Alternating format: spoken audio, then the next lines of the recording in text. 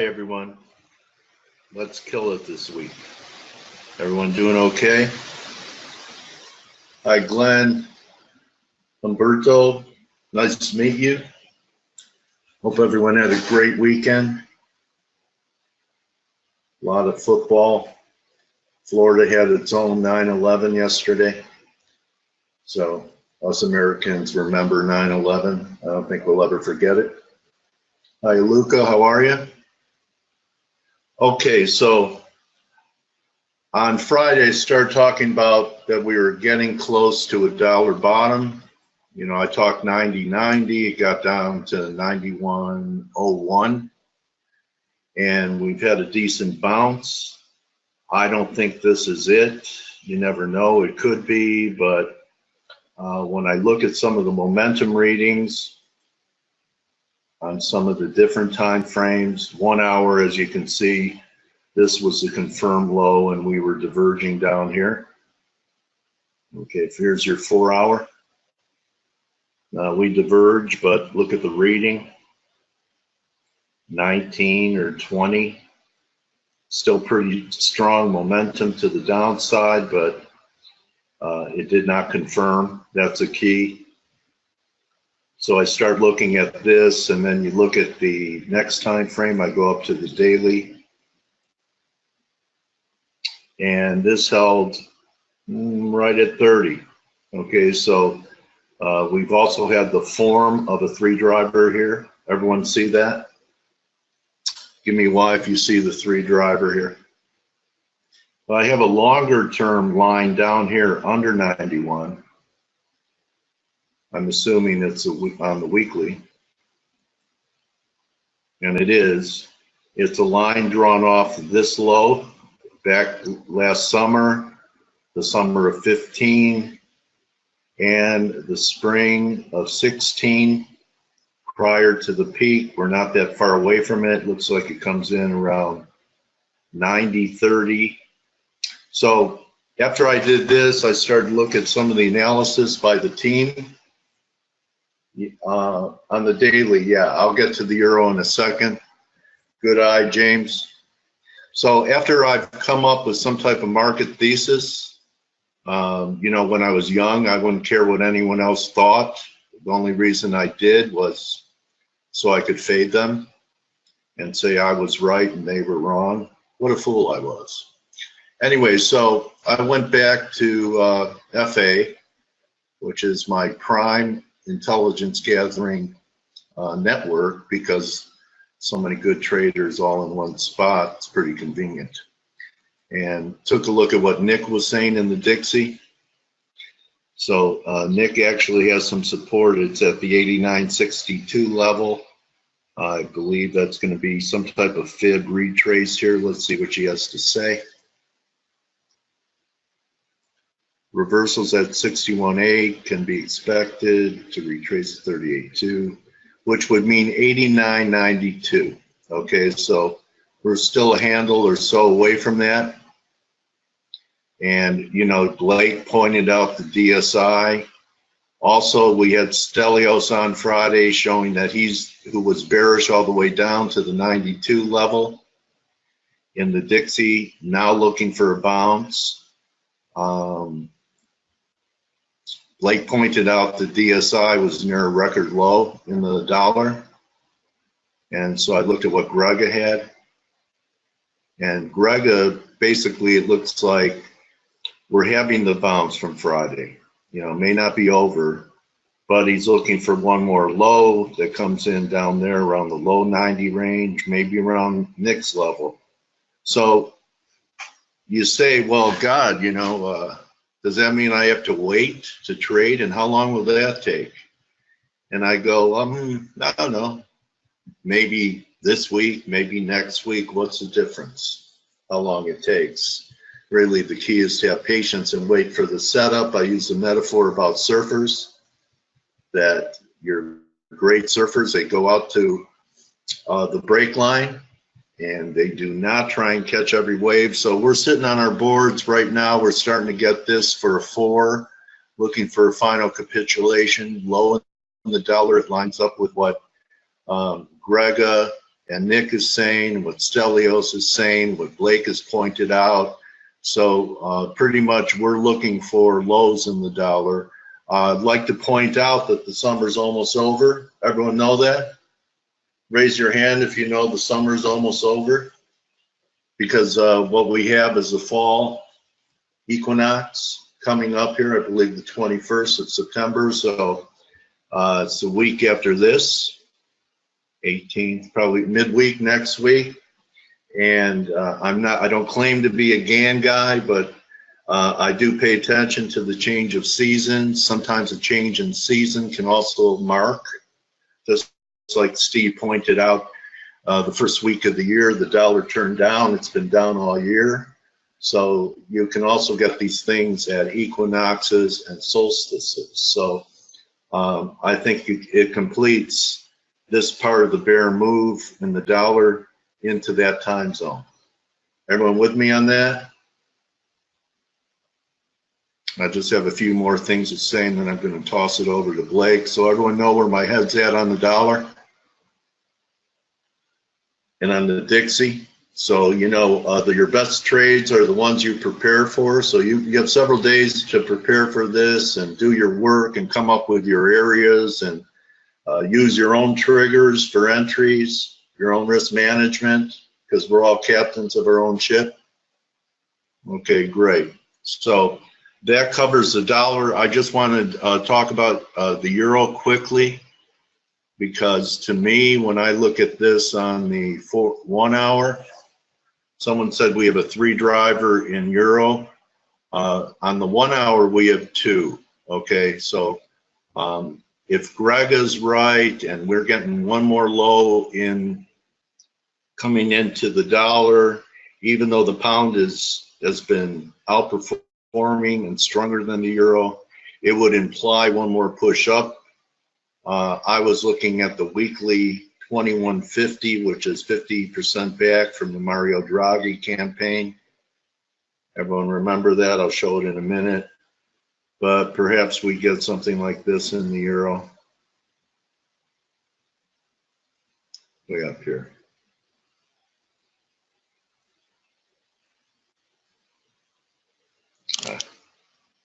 I still am not used to this. Anyway, you get the idea, and it could come in up around 2150, so I'd look for a third drive here. The reason I'm looking at 2150 is it's a 50% retrace level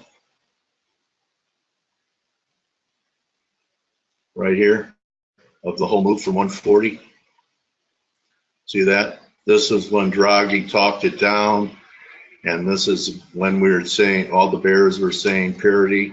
And you know, it could be deep enough to even take it back down to the breakout at 115. So I think it could be a meaningful dollar bounce. Of course, we take it a day at a time, do the right thing today, and tomorrow takes care of itself. I'd lay off the yen crosses. I want to see where the yen crosses are at when the S&Ps finally make a new high, and we talked about that last week. That's why I was not bearish. The yen crosses were not that far away. The high was 90. You know, we're 1 day or 2 away. I've seen some counts at 25.25 or so, 25.50. So I think that's doable, maybe into the end of summer, which is only a week and a half away. And while that's happening, I want to avoid being short the euro yen crosses or being short the yen. Just my view, just my opinion. And I want to wrap it up with the metals. Stelios was calling for a pullback in silver, and you know, he's a long-term silver bull, so you have to compliment somebody who, although bullish, is still alert to something counter trend happening, and Stelios said it. And in fact, Blake was also on Friday. I was talking about Thursday that we were getting momentum divergences, especially in the silver here. And Blake rightly pointed out that just because you have divergence, I was talking about it here, and then we had that one more blow sink in the dollar and blow off in euro. But Blake came on in the gold on Friday, and your timing couldn't have been better. It was still higher on the day. It was during this candle. Okay, that's your 4-hour candle. In fact, that's your daily. So it was on this candle. So what a great call by Blake. And you know what? Here again, you know Blake's long-term bullish. We're in breakout territory, quote unquote, Blake Morrow. And perhaps if we're right, there's, could be other rallies to sell, but maybe if the dollar is going to retrace, Canada doesn't look ready yet either. But if we are going to retrace, maybe we're going to retrace the breakout in gold after maybe trying to fill the gap. We have a lot of gaps underneath. I think it filled it here, gaps above. I don't think this is going to be a breakaway gap, because if the dollar has one more low in it, perhaps that's going to be a decent place to even try a short in the gold. So that's what I have to say. I see some important trades setting up here, may not necessarily be right now, but I think we can be prepared for a dollar turn in the next 8 sessions or so. Look for maybe one more high in euro to be short. Eight? I can't wait for 8 more sessions. Are you kidding me? I need a reversal now. Yeah, I know. But it seems like a lifetime. But if it's an inflection point, it's certainly worth, you could have your toe in the water, but if it's going to be an inflection point, it could be a trade that's better than taking 8 before that. That's true. This is true. It's a good point. So, look, I'm all in favor of making your broker richer, but I really do believe that less is more.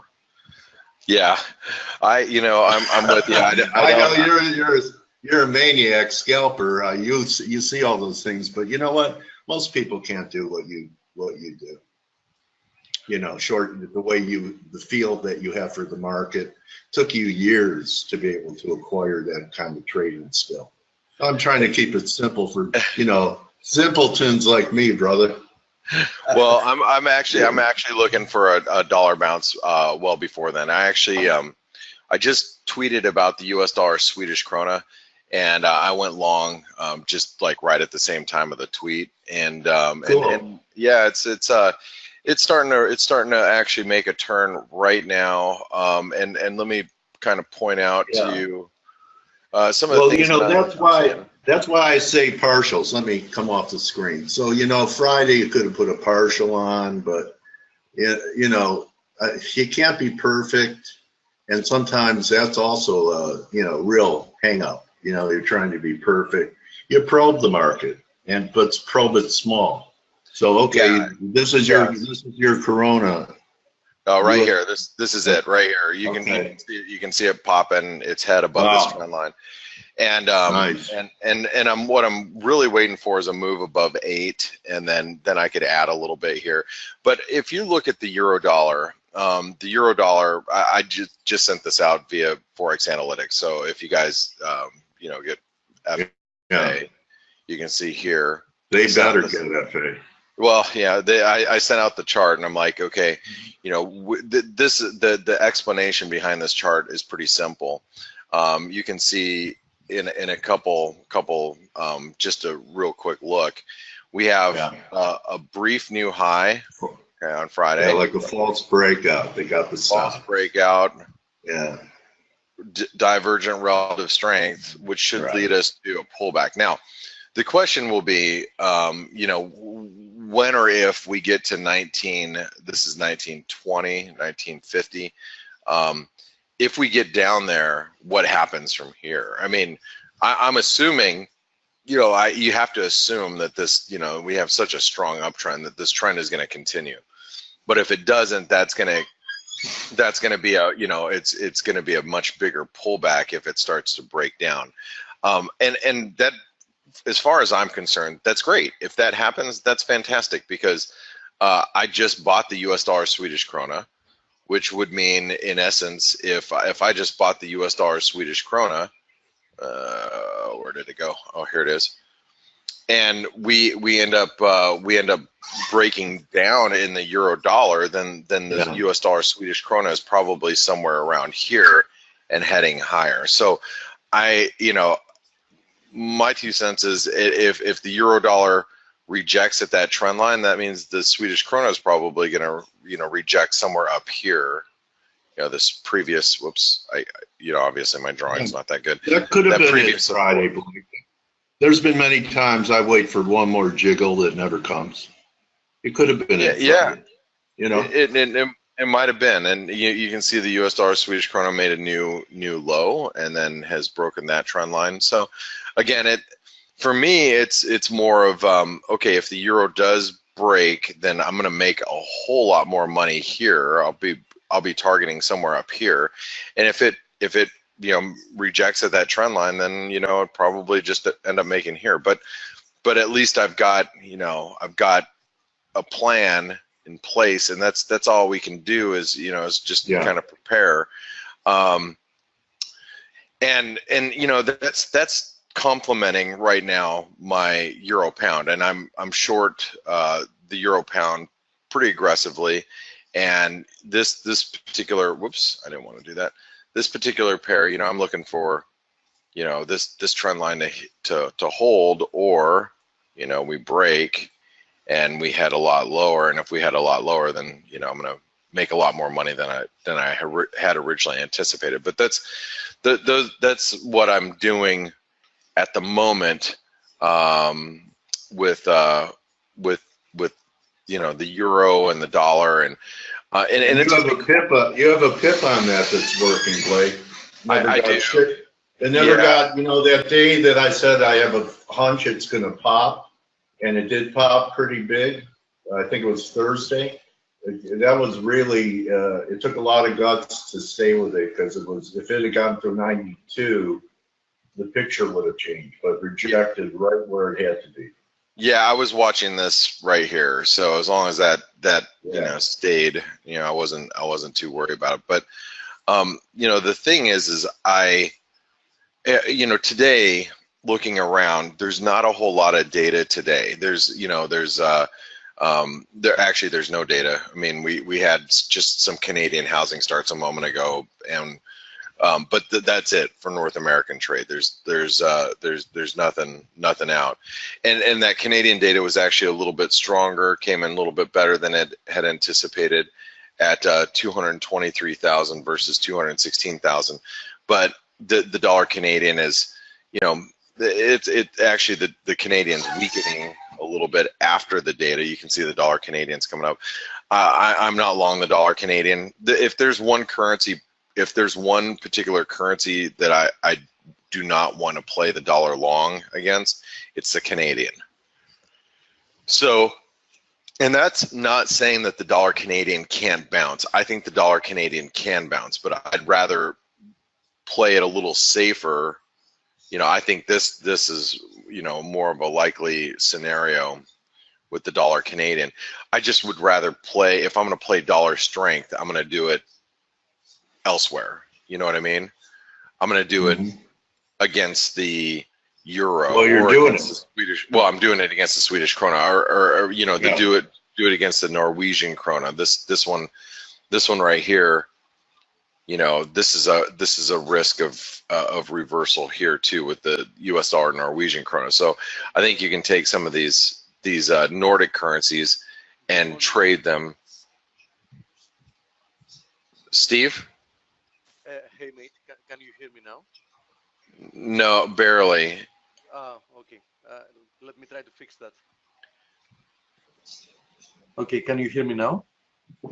I can hear you. Yes. Okay, we had inflation data from Norway today, and it was weaker than initially expected. Okay. So that's why we had a reaction in the USD NOK. I just wanted to tell you. Got it. All right. Okay, great. Well, that's and it's showing some strength here on the U.S. dollar Norwegian krona. All right, I forget what I was talking about. Here's Canada's the only one, the only pair you don't want to be long against the dollar because of how strong Canada's been, weak USD CAD. Yeah. And so here's the Swissy. The Swissy is like, trying to make a little bit of a recovery as well. I've been a little nervous about trading the USR Swiss franc to the upside. The reason why is, first of all, it's kind of underperforming right at the moment, and we're at such elevated levels in the S&P that when the S&P is as elevated as it is, if we get any type of risk aversion, what we've seen during periods of risk aversion, we see people running back into the yen. We see people running back into the Swiss franc too. So I've been a little skeptical about buying it, but every time I've decided not to buy the US dollar Swiss franc, it goes higher because I know it's at a key technical support, and every time it's down here, I go, well, I don't want to. I'm a little nervous about being long. I don't want to be long, and then it bounces aggressively, and I look back and say, oh, that was the best. That was the best choice that I didn't take, was the Swissy. But regardless, if I'm not comfortable personally, if I'm not comfortable in a position, then I'm not gonna take it regardless. And this is one of those situations where I'm just not super comfortable. Yeah, Steve was saying instead of looking at that, look at the Euro Swiss. Yeah. I mean, and I'll let Steve talk about the Euro Swiss. I know that's been on his radar quite a bit. What is it? Hey, Blake, what isn't on Steve's radar? What's that? What is not on Steve's radar? Yeah, no kidding. I don't know. We'll let Steve answer that.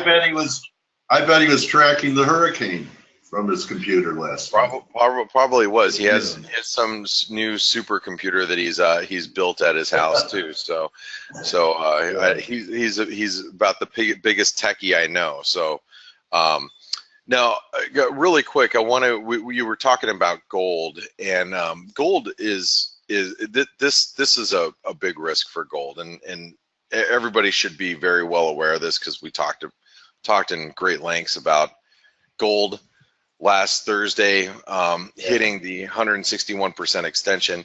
It actually gapped lower since there was no quote unquote risk aversion over the weekend. It gapped lower, and it will fill this gap at some point. I'm confident that we will, but it doesn't have to be today.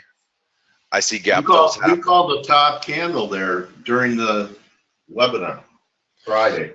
What? Nah. What was it on? Was it? Yeah. No, because I remember tweeting about it on Thursday night, so it must have been the second candle there. Okay. So I think it was right there, making coming off the highs. It was still higher on the day, and then reversed on Friday, a few hours after you talked about it. I remember everyone's trades better than they do. You do. You have a sponge memory, which is pretty awesome. I wish I had that.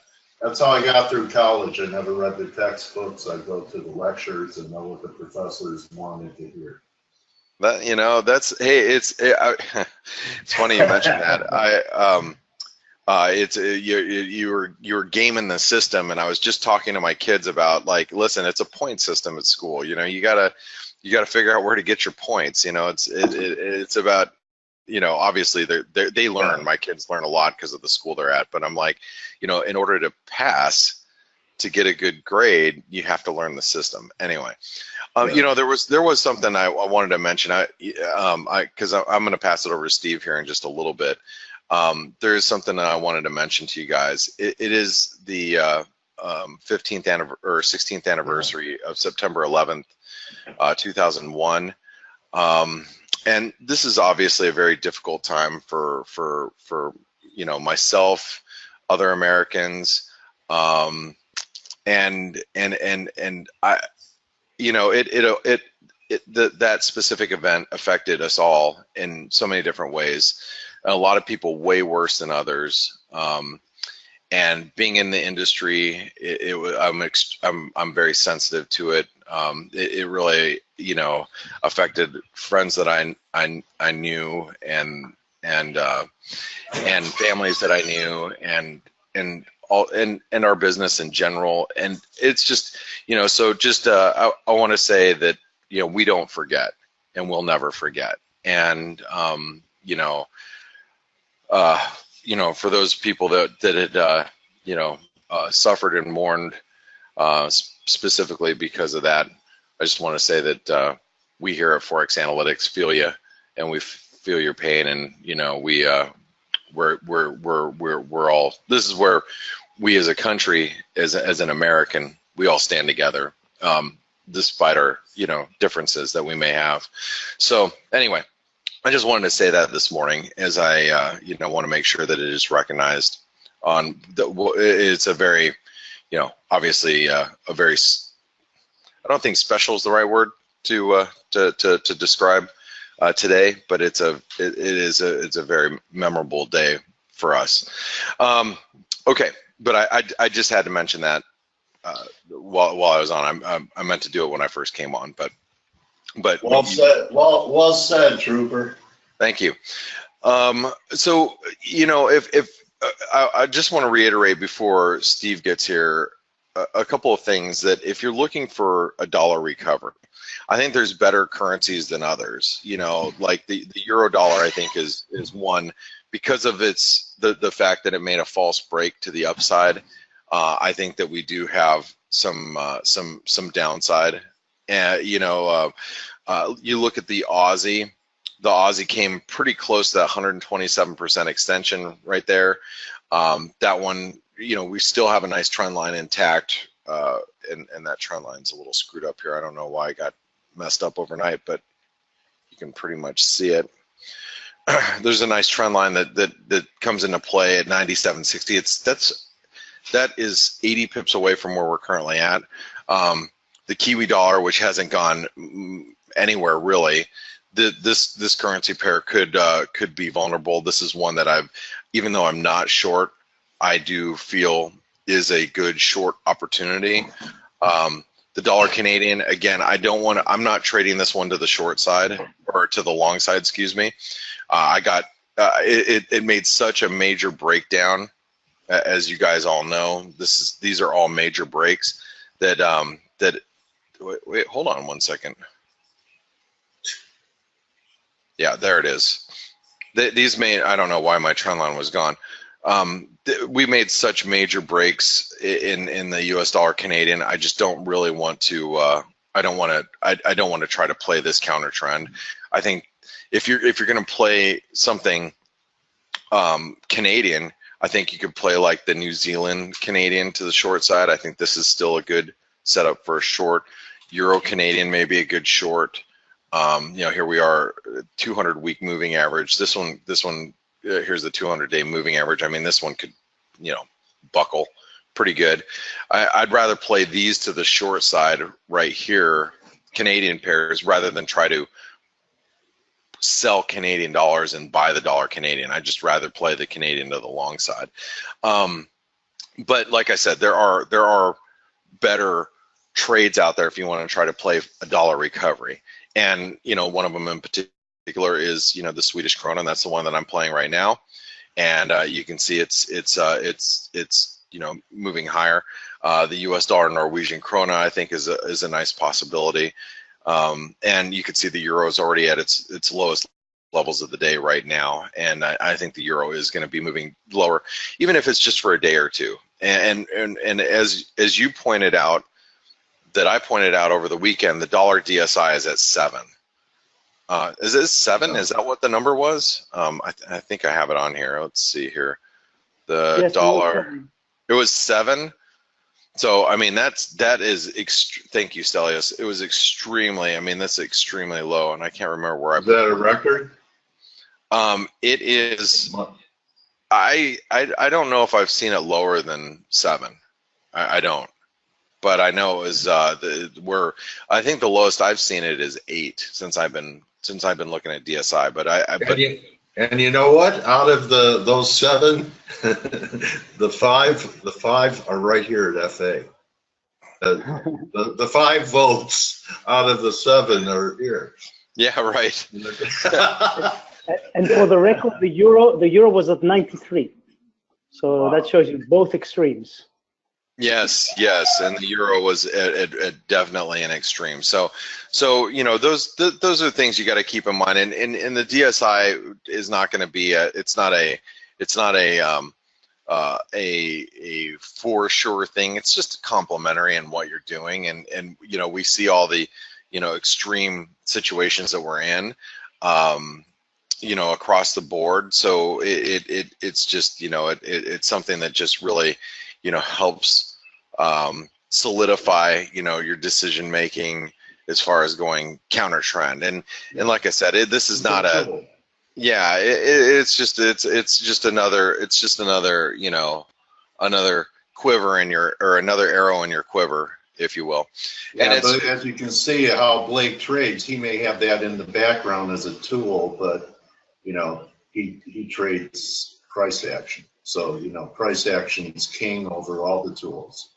Even RSI guys. Yes. But if you really want to see if the dollar is going to make a bigger reversal, and this is the dollar index right here, we got to get above 93. That's I mean, 93 is right here. Now that this trend line is coming in, it's probably like 92.50. I mean, we've got a long way to go to really suggest that the dollar is making a long-term recovery.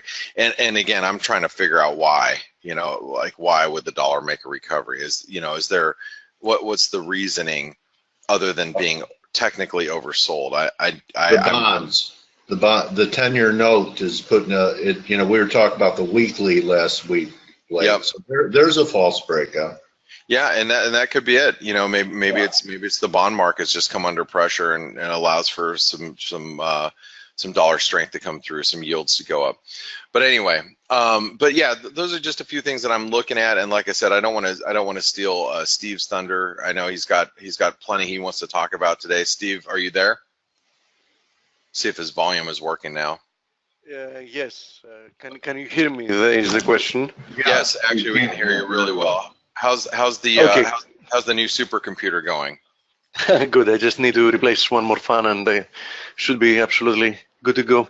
I was telling these guys, you were the most techie person I know, and you're building like this massive supercomputer over there. Yeah, actually, my parents bought me like my first computer when I was very, very young. So, you know, I'm probably first generation, you know, computer geeks. That's great. That's awesome. Well, I hope you had a good weekend. And yes. What are you looking at right now? I had to spend some time with that guy on the other side of the line, Stelios. No, I'm kidding. We had some good time, actually. Yeah, we had a full weekend, and we also combined some work with it, but you know, that's always not a bad thing. You know, things need to progress. Sounds like a pretty wild geek weekend. Nah, it was mostly, you know, socializing. The vast majority of the people that were left behind, you know, for vacation were leaving. So, you know, we had to see them for a goodbye, whatever. Yeah. Okay. I'm just remembering my past weekends, and it didn't include, hey, buddy, come on over. Let's play with my computer. Oh, no. It included nothing of that. Trust me. Yeah. I don't think Stelios knows how to use his computer. Yeah. I've got a computer science. I have a computer science degree. Don't forget. Stelios' first degree was in IT, eh? Yeah. Oh, that's right. That's right. Yeah. So he definitely does. Definitely a little bit of a geek. All right, good deal. All right, guys, enjoy. I'm gonna get hopping. Okay, mate. Good hunting, Blake. Good hunting. Right. Good hunting, indeed. Thank you. Hey, Steve. Okay. Hey, Dale. As Blake mentioned, we didn't have much of data today. to talk about besides the Norwegian inflationary data. We were expecting, actually Stelios will tell you about it. Stelios? Yes, I am here. Right. So, yeah, CPI was expected to go up from 1.5% to 1.7% year on year, but it actually registered a drop to 1.3%. So that was not very good for the kroner, which I am long of. So it is seeing a little bit of a move, like 1% versus the dollar. So this is a pretty big number, I think. So I'm starting to think about my longs now. I'm actually short Euro Norway, which is not moving as much as dollar Norway, but this worries me now. So I'm going to keep an eye on it, see price action and all that. But that's what happened today. Yes, Stelios, speaking about that, because it happened that I was watching that thing exactly. Listen, I have multiple interpretations for the Euro NOK. Euro NOK, if you remember, I was even short of it. We had a very nice ascending wedge here, which was, a textbook break below it. But on the other hand, I also see the potential that this whole move could also be interpreted like a triangle or a pennant. You see what I have here with the red intermittent lines. Yes. And if that's the case, which regardless, this is a trend line, because we already have it passing from at least 3 points. Okay, and if you redraw it a little bit, you can even say that it passes from 4 points. This pickup here, this one, and that one. So this trend line, for sure, on its own, has some kind of market significance. Okay, because it has already worked for some times.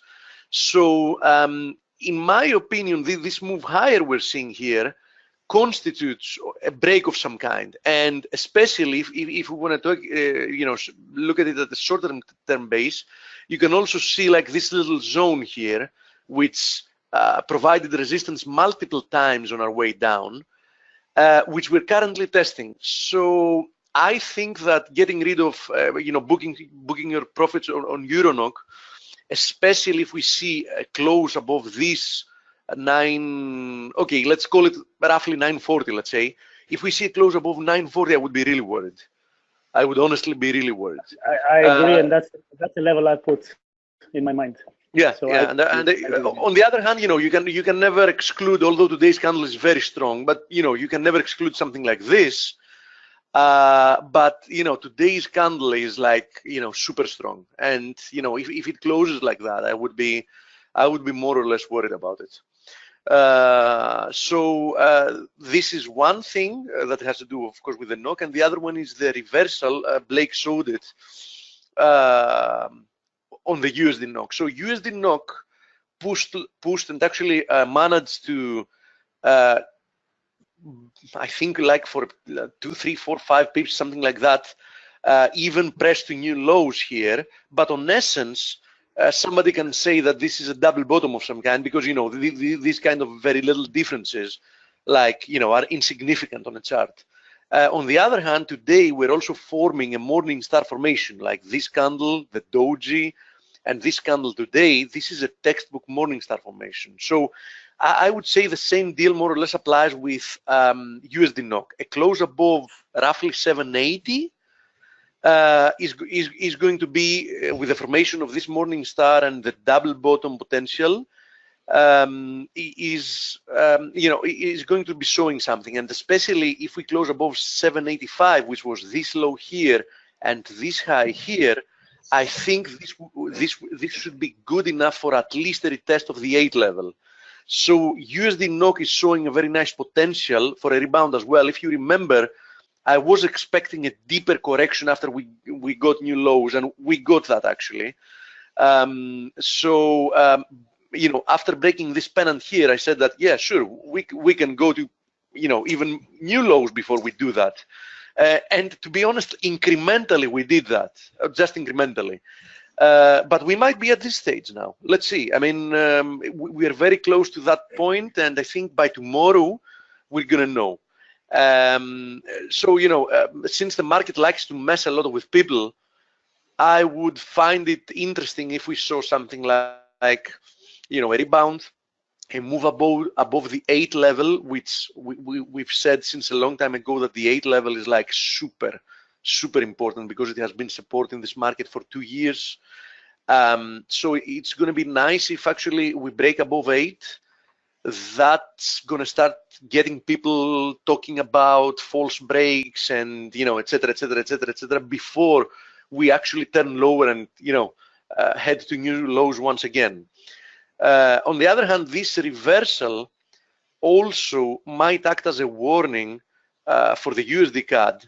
The USD CAD was leading the USD knock on the way down, but, you know, you can never exclude the possibility of you know, reversing here who's the leader and who's the lagger.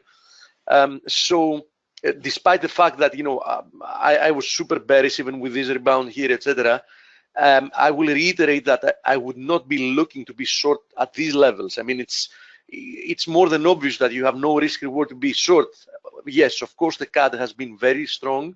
Of course, it has been doing so for a reason, and the main reason is because we have had some magnificent data from Canada. Plus, one of the issues that somebody would agree that Canada has is the housing issue. But as I said, like, you know, several weeks ago when we had this discussion, when you have a housing issue, getting a stronger currency is actually something that helps, because one of the main reasons that Canada has a housing issue is the fact that we get a lot of money pouring from abroad.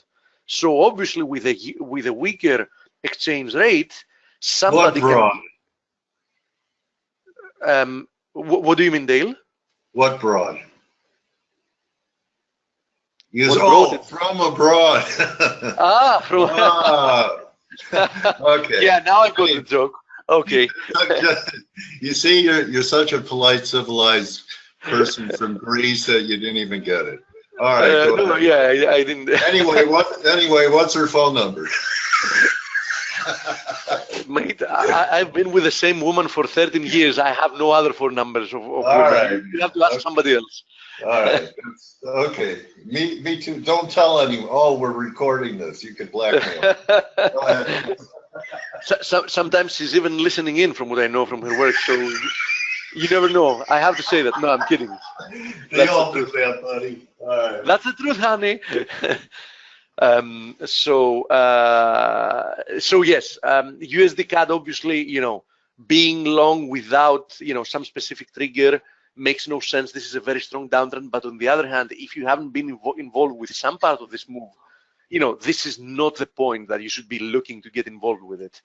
Waiting for a rebound, trying to short there, sure, because this is a very strong trend. We have dissected it and analyzed it both on the long-term scale and on the short-term scales, and we have always shown why we were looking for new lows and why the move lower and the rejection from the highs was impulsive, while the prolonged correction was a correction. But, you know, I would at least wait for a rebound to 124 before trying to establish shorts if you're looking to align yourself with the trend. Okay. So we can definitely go over questions now. Oh, about the cable, which I'm sure we're going to have some questions. Okay, this is the do or die level for the cable, obviously. We tested on Friday, we tested this zone. We tested it once again today, and we seem to be retreating of it. I'm not going to show the euro pound again because Blake actually showed it, and what Blake forgot to mention is that he also wrote a blog post about its turn last week, and you can find that on our site, on the ForexAnalytix blog, about the potential of a longer term turn on the euro pound, which is definitely there. The potential. On the other hand, you know, as I've said, and you know, I said I'm not going to look at it, but I'm going to end up looking at it. You know, I always like to keep minimum expectations. If you remember, I was short since the highs. We have two patterns in play, as it seems, in ForexAnalytix. For it, I thought it was only one, and that's why I didn't do the second. But Blake did one, and you know, he had the conviction, and he didn't mind having a second one there, and that's fine because they're obviously both of them working. My minimum expectation was of a retest of this ascending channel. So to be honest, my first target is almost met now. I expect a few pips, lower that we're going to be testing this ascending channel support. Now a break below there opens then the 88.70 area. With a break below there, I would expect the 88.70 to be tested, which is more or less going to be close to the 38.2 as well. If I draw it, we can do that briefly now. So if we draw this, I'm guessing that 38 sorry, I meant from down there. Hey, Steve, while you have that chart up, I just want to point out to people that, follow my methods and, my theory that markets rarely peak on confirmed highs, but there are exceptions. There you go. Yes, right there. You're right. Okay, and I see we have some fib confluences here. This is also going to be the 78.6. The 38.2 from the whole move here is a bit higher, actually, at 89. So you have several targets, but for me, above fibs, especially when we have retracement moves, etc., are zones like support resistance zones. So in this case, I insist that my target is 88.70 as long as we manage to clear the channel. Okay, so some people might want to take some off the table here and see what's going to happen, or you might want to hold. In any case, as long as we remain above this, little reaction high, which is, let's say, call it 92. As long as we remain below 92, I have no reason to keep looking higher yet. Okay. Now, having to do with the Euro USD, since we looked at all of it, obviously we're getting a reaction today. It's going to be interesting because actually, if we close below the midpoint of Thursday's candle, we're going to be having an evening star formation on the Euro USD, which is a very potent reversal candle. So, that's going to be, I'm guessing, at around like 1960, 65. So a close below there is going to be a bearish signal as well.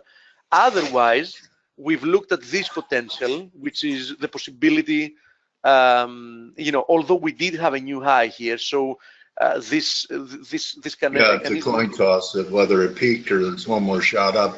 Steve, yes. one thing I did mention was that I prefer to short the euro when EG is not making the new high to confirm the euro's move. And I'm guessing that if we hold in here without really accelerating and we get one more high, EG will put in a failing rally, which will be another message or piece of evidence that a short in the euro is viable. Yes, so I agree with you. Something else I'm looking at for, I agree with you. And the first support for people that are looking at the Euro USD is definitely this little one that I marked here, which is at around 18.70. It depends on how the price action evolves, although I doubt it that it will take so many days for us to know. It might even end up coinciding with the support of the ascending channel here. So, 1870, if 1870 gives away, I think that then we can actually start talking about a confirmed beginning of a correction. And I'm expecting that when we will be able to say with certainty that, yes, we have the beginning of a correction, given the fact that we've already moved from the first trading day of the year to here. Let's be very specific. How much have we moved? Yep. It is 17%. Given the fact that we have already moved 17%, I would obviously expect the correction to be, of a decent size. I mean, 114.50, this breakout area that we had marked since then is going to be a very decent correction. In this case, for example, this is now an assumption, but you can often work like this, and so you can be prepared. So let's say that this confirms to be the high. Okay, let's see if we get any confluences. Okay. There you go. The 1450 level is also more or less the 38.2. Okay, the 38.2 is like just a few pips below it. So, this area it will be an area of interest, like 1430 to 1460. So this general area is going to be a very interesting level. It's going to be a very nice retracement for the euro to have before moving higher.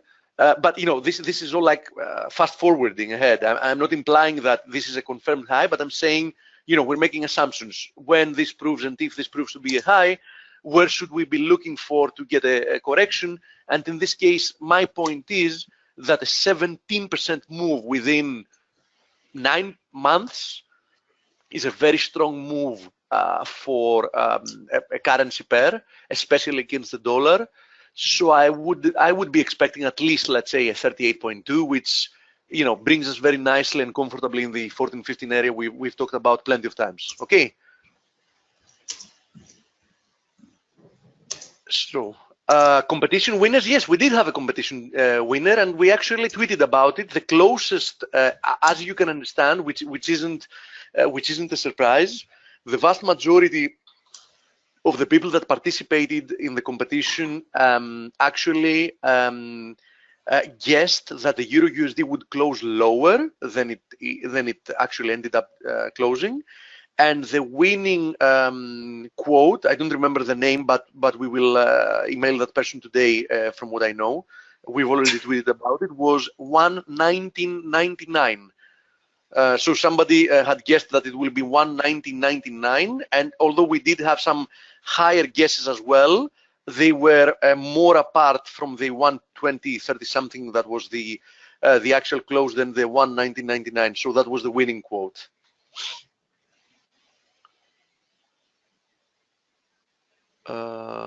Blake EG looking sensational. USD also showing noticeable reversal. Yes, thank you for reminding me. USD yen. Yes, USD yen. Okay, obviously the fact that the USD yen gapped higher and it has since created like a Marubozu candle is a very bullish sign, because we did gap higher, and we didn't even make an effort to close this gap. Okay, we did also hold this descending channel on the closing basis, more or less, and this gap is obviously bullish. On the other hand, we've seen like many potentially bullish reversals, like the one we had here on the 29th of August, which was an outside white candle, which a couple of days later it failed. Bottom line, what I'm trying to say is that yes, this is a bullish move, but on the other hand, first of all, we have a first level of resistance at around 109. So until we break there, just a single bullish candlestick doesn't tell us as much. Even if we break above there, then we have 111, which I had also said in this rebound that you shouldn't be rushing into establishing longs, because for me 111 is very critical, and we didn't break above it. So, for example, if you had heard the advice to be patient, then you didn't get involved by being long and now holding the bag.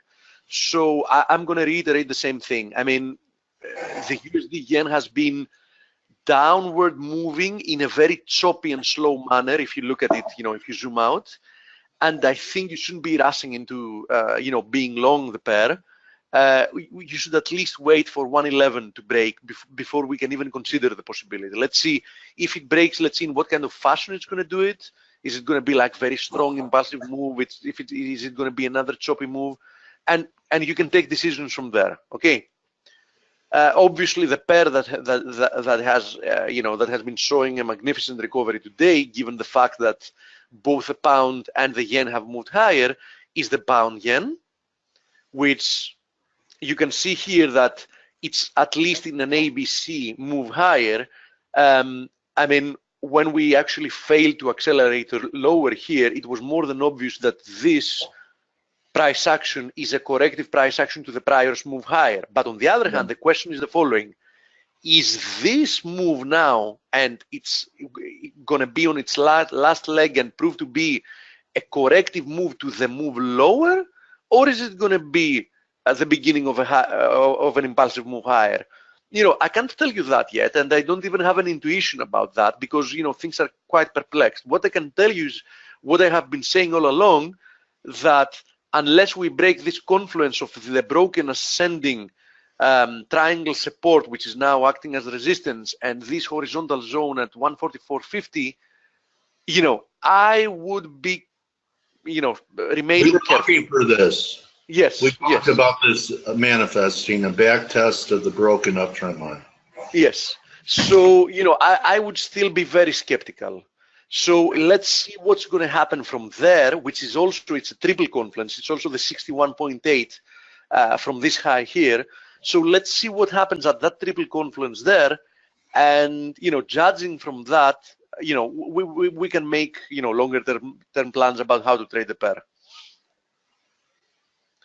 What's your view on the Aussie? Wait a second, because Luca that also mentioned this has a chart. Let's see what he's looking at. I'm talking now about the USD yen because that's where we began. You know, Luca also mentioned that the Saudis are going to Israel, and the way he looked at it was, wouldn't it be something if Trump could really put together some type of peace deal between Israel and Palestinians? I think that could be part of it, but you know, I'm a believer in. Unfortunately, the situation with Israel and Palestine is a very old one, and it's. I think they're making war plans. Is the point I was going to make. It's a very hard situation, unfortunately, to resolve. There is a lot of bad blood there, a lot of it, and you know, it's a situation that has been ongoing for so many years that, you know, it's now embedded in you know, in the culture, in the thinking of the people. I mean, it's very, very hard to fight against so much hatred. Well, you also had a lot of hatred between the Saudis and the Israelis, and that's changed. And that old expression, "The enemy of my enemy is my friend." Exactly. Nothing is impossible, but it's not easy. Yeah. For sure, it's not going to be easy to broker a deal, an actual deal that's going to bring, you know, longer term peace in the area is going to be extremely hard. Let's hope for the sake of everybody involved there, that they can find some kind of a common solution and finally, you know, live in peace. Yeah, they're picking out targets in Iran. All right, go ahead, buddy. I do see this broken trend line, Luca. But on the other hand, you know, my comments and what I said is still relevant. I mean, you know, I do believe that I want to see 109 give way and also 111 before I'm actually persuaded that something might be changing there. On the other hand, let me briefly say, DAX is working. You remember that we were quite clear about it, that this was a bullish break, and you know, we even have had a gap higher today above this very important level, which was the 12,325, which would also have been the inverted head and shoulders formation neckline if we hadn't actually, you know, pushed to new lows there. You can actually still see it as an inverted head and shoulders formation if you only take a line chart that shows the closing prices, because on closing prices there was no new low. You know what I mean, Dale? So you can even interpret it as an inverted head and shoulders, given that you're using a line chart. Okay.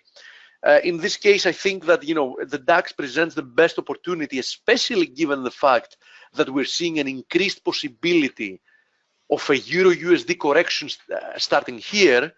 Obviously, the DAX is going to benefit from that as well. So if I had to choose an index to be long, it would definitely be the DAX. I said that on time before we even broke above it, and I'm repeating it today. Okay. My thoughts on Aussie USD. I don't really have many thoughts on the Aussie USD. I'm waiting for more price action, because what I was thinking and I had absolute conviction on since we were here, and it was that we would see a new high like at around 0.81. We got that. So now that we got that, I would want to be short. I like Friday's candle a lot. I like it very, very much. I want a little bit of a confirmation. Okay, so I'm looking to be short as long as I get that confirmation. Okay, Ricardo, that was a question. Yes, mate. Just one more thing. We mentioned this last week.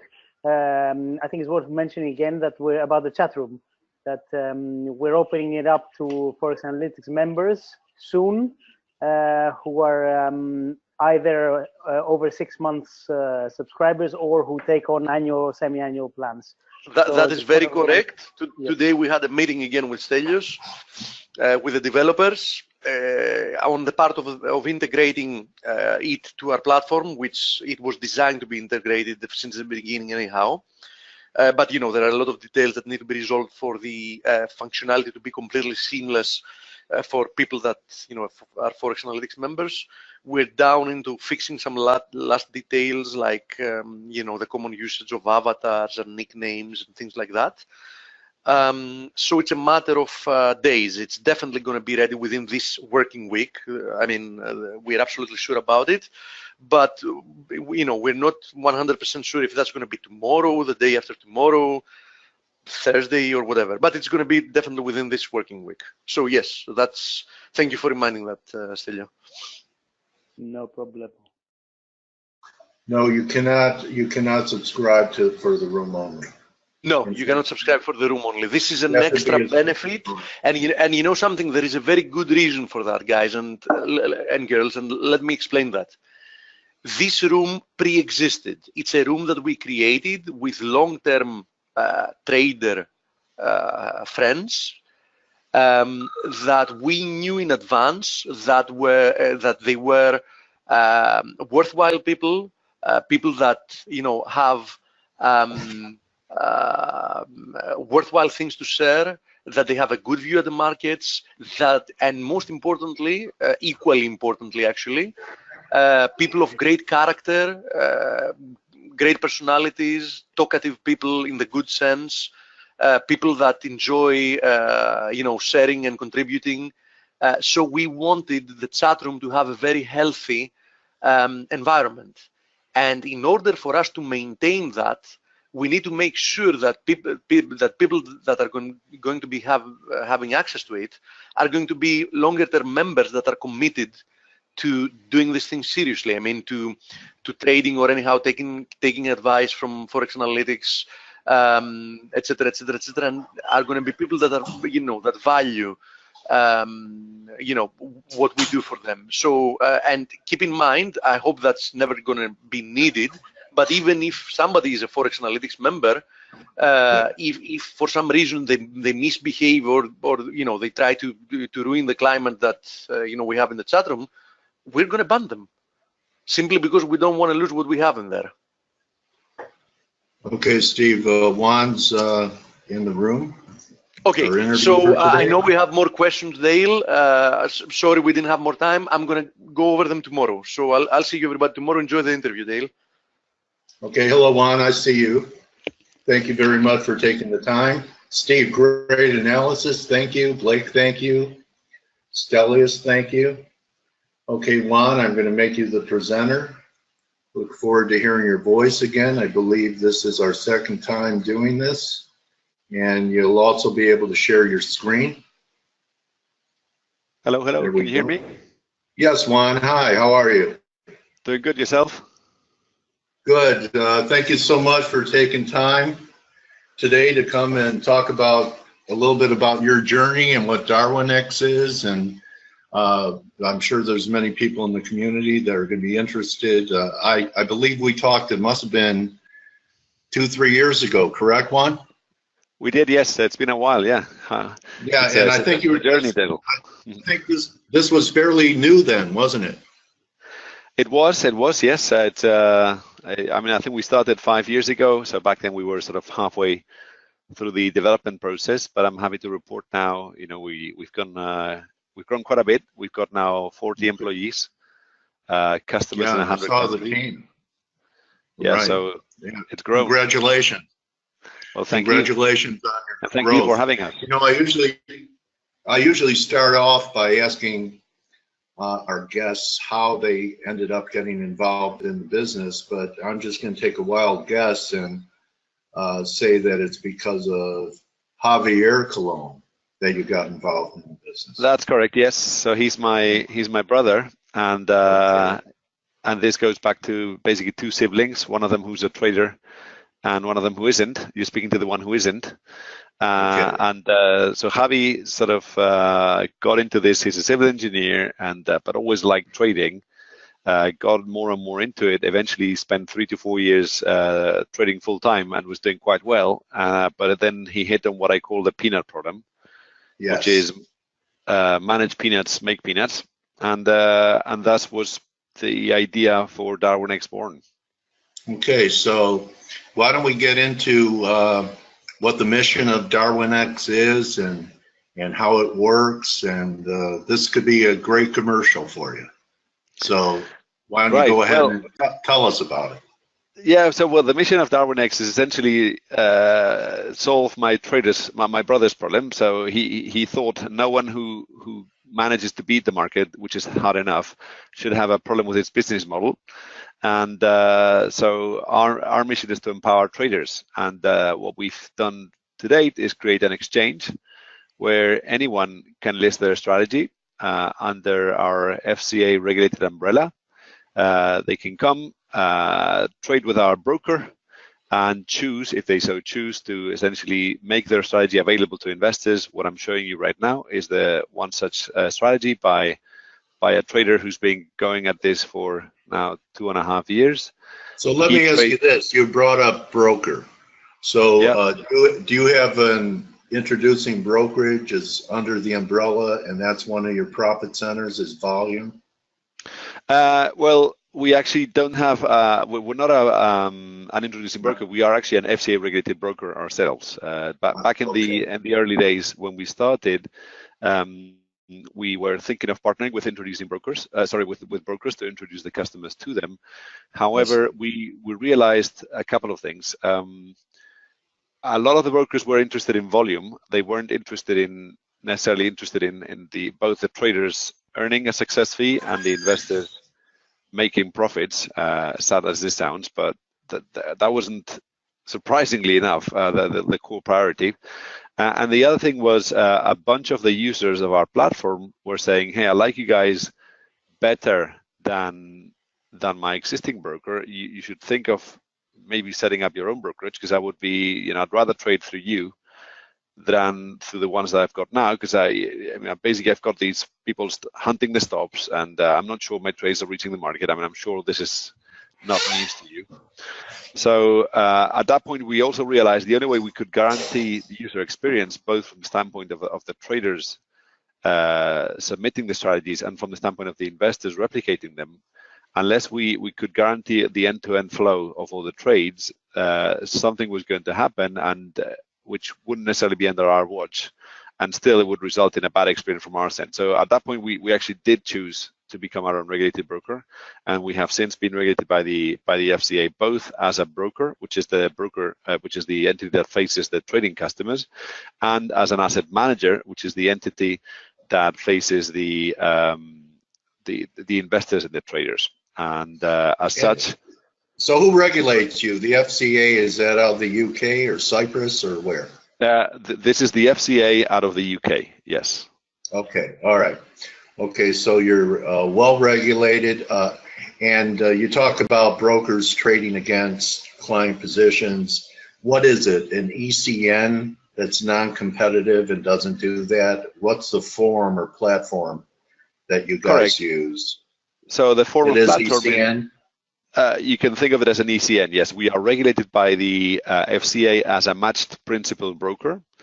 And a matched principal broker is one that is has chosen to enter all the trades that it enters facing the customers. It has to have a matched exposure against the market, which means essentially we send all our flow to the market.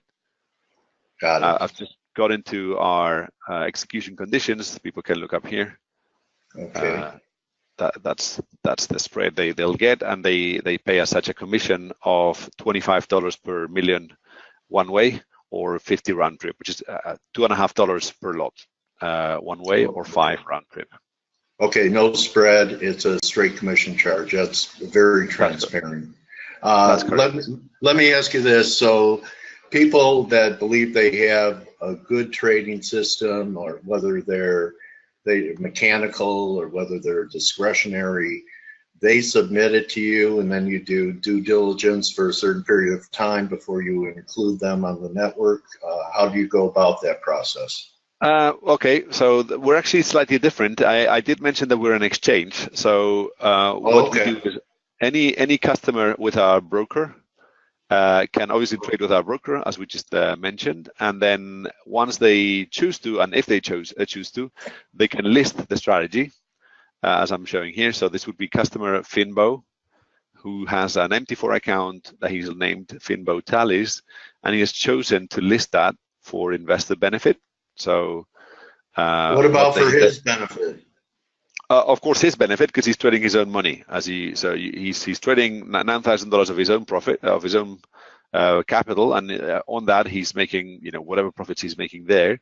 But people can then go ahead and just trade him by essentially buying, say, I want to buy $5,000 worth of Finbo Tallies, and I just go like I'd buy an ETF, really.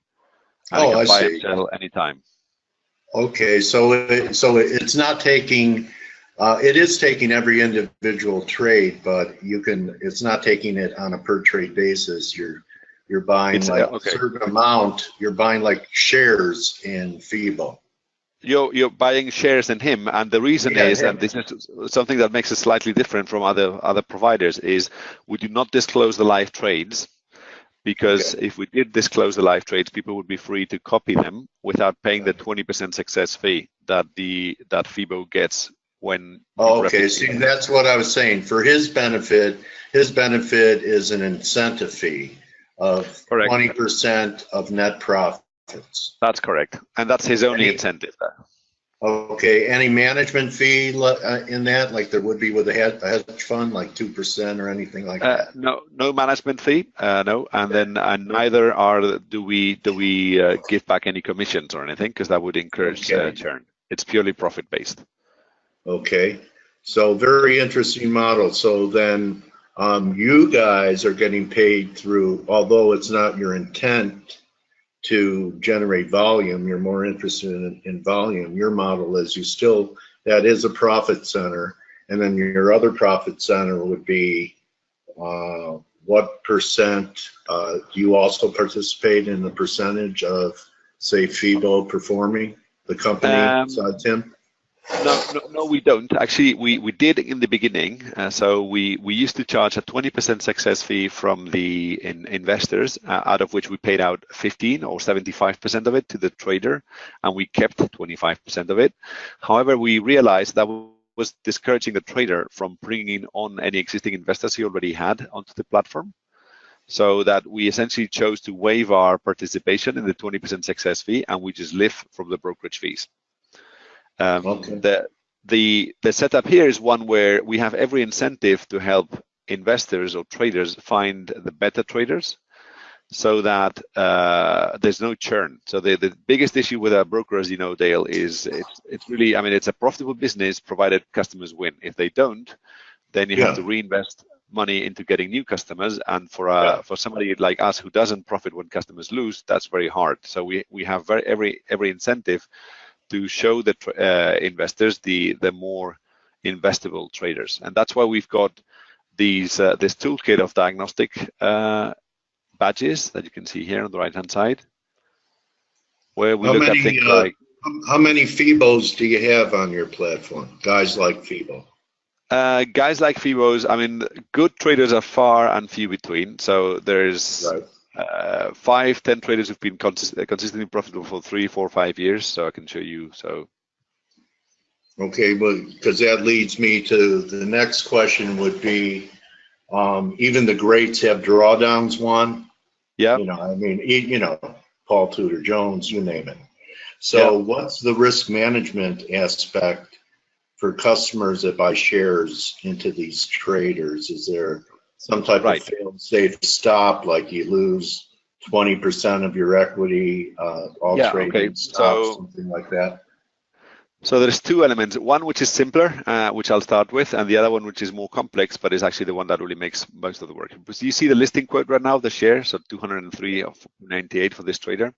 Yes. So I can go now trade, and I can enter a conditional order here. I can set a stop loss at, say, 195. Okay. And I could even set up a take profit at 220. So that will then you know, bound Okay. my So, exposure. okay. All right. So it's up to the client and his risk tolerance to control the risk. So that's one point. So that's I've shown you the second layer of defense. The first layer of defense is that we have a built-in, so you don't really buy shares in, say, Winnie2 of Fimbo. You buy shares in a slight transformation of the strategy. And let me explain. So let's say Dale is Klondike and he's trading this account. So Dale on his money will make the leverage decisions himself, but on the NTI, which is the asset that investors buy, we make the leverage decisions. Interesting. Okay. So I'm assuming that most of them are lower than what the trader is using.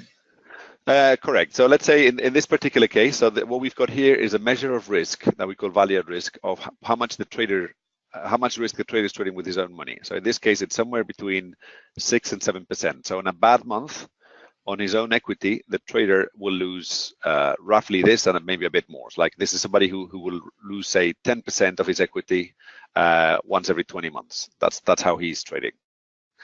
So we standardize everyone's risk to have this measure that we've got here at 7. For the investors, it's 10%.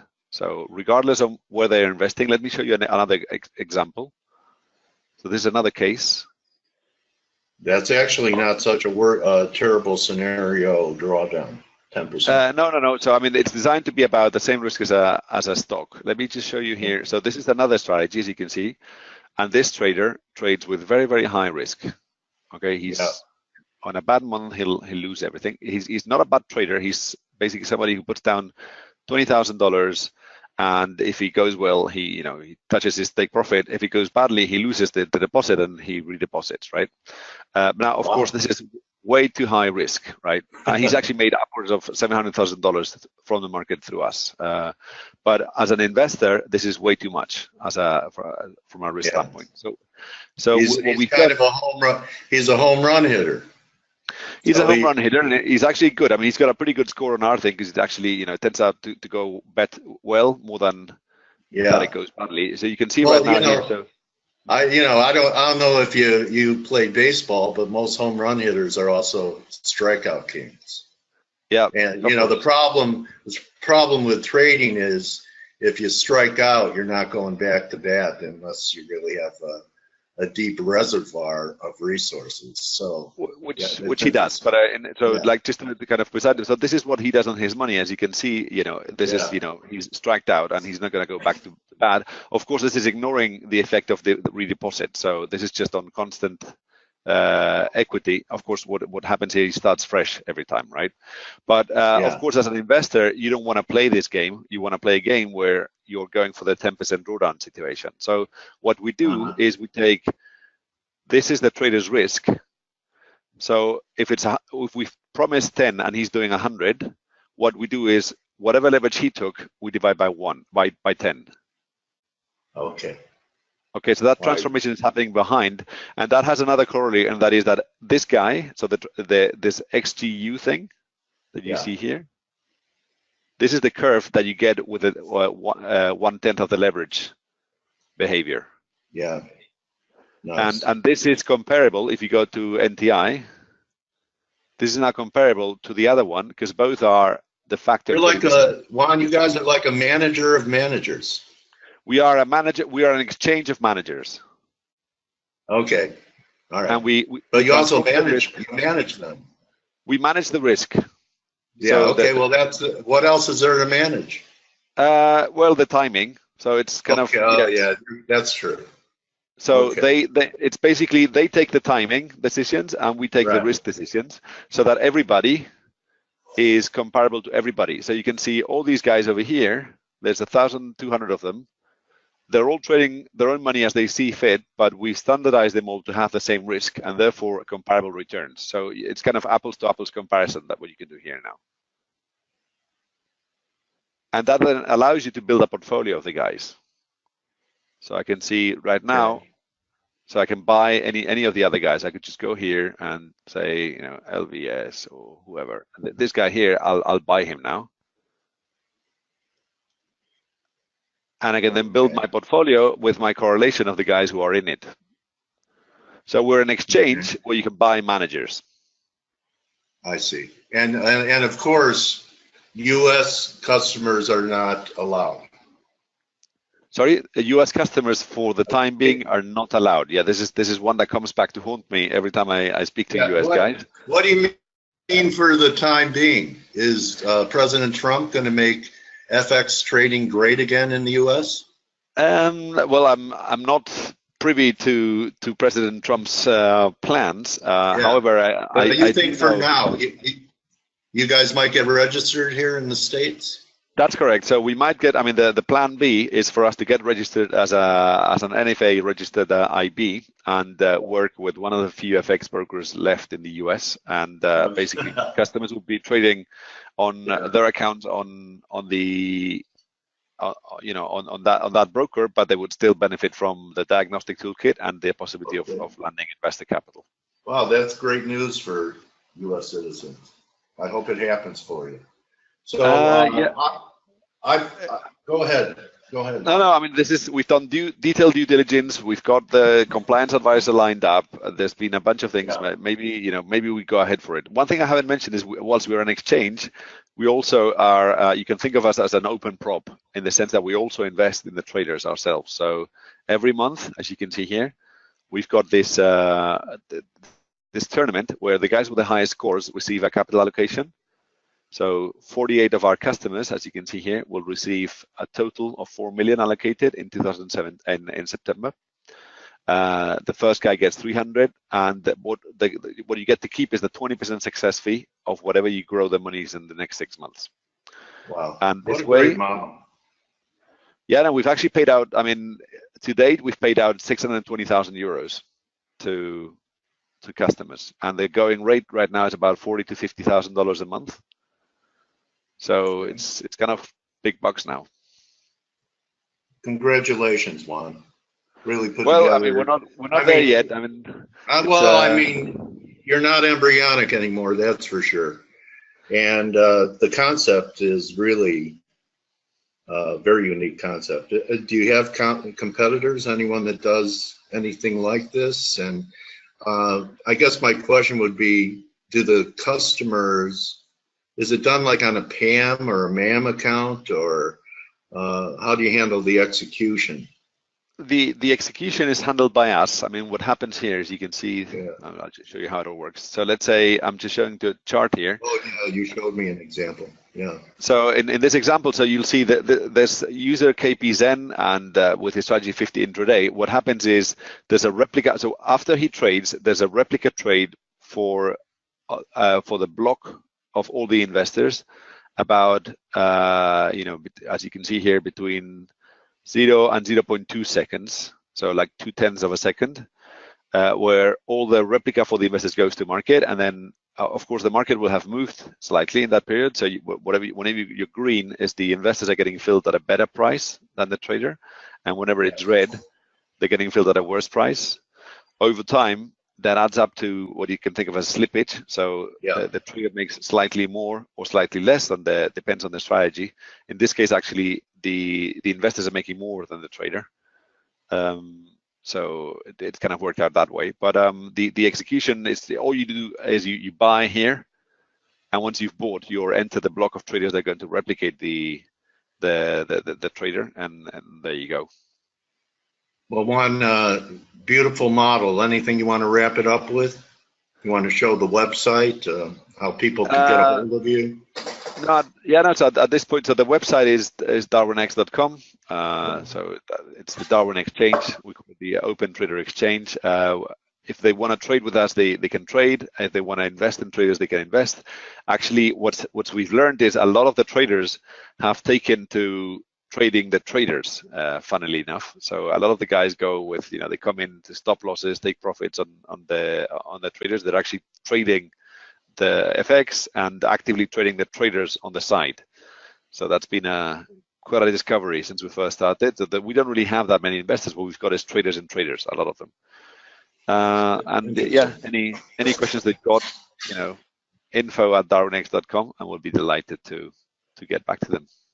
Thank you for your time today, Juan, and showing people. Thank you so much, Dale. I mean, it's always a pleasure, Dale. You're one of the few guys who's been around for a long time, and it must be because you're doing the right thing. So it's always a pleasure to be here, and be delighted to be back here in a couple of years from now, and hopefully show you how it's all grown. I mean, back when we started 3 years ago, it probably looked very startup-ish, and now it's a reality where there's 24 million of capital that we invest in the traders, plus another 8 million of third-party money that's being invested, and it's growing quite a bit. So hopefully we become that exchange where good traders come and get paid for trading on merit. That's the whole vision of it. All right. Well, I'm seeing it manifest from our last interview, Juan. I wish you continued success and pips running down on your traders and your customers, and you and your brother and your whole team, buddy. Thank you so much, and yes, best wishes to everybody who's listening as well. Thank you so much for your patience, and hopefully this was of interest. Definitely interesting. Thank you. Everyone, thank Juan Colon at DarwinX on Twitter, and his website's www.darwinx.com. So that's it for us today, guys. See everyone for Turnaround Tuesday. Thank you so much. Glad you enjoyed it. Excellent. And Turnaround Tuesday, we'll see what happens tomorrow. Everyone knows where our heads are at on a lot of trades. I want to once again thank Blake and Steve and Stelios and Grega and Nick. And I want to thank you guys, Face. I want to thank you for your attention. I want to thank you for supporting us and becoming a subscriber. And let's have a great week. It's just begun. Enjoy the rest of your summer. You only have about 10 days left. See you, Humberto. Nice to meet you, Leon. Take care. See everyone tomorrow. Remember, you're not in Florida. If you're not in the towers from 15 years ago, 16 years ago. So don't just count your pips, count your blessings. See you tomorrow.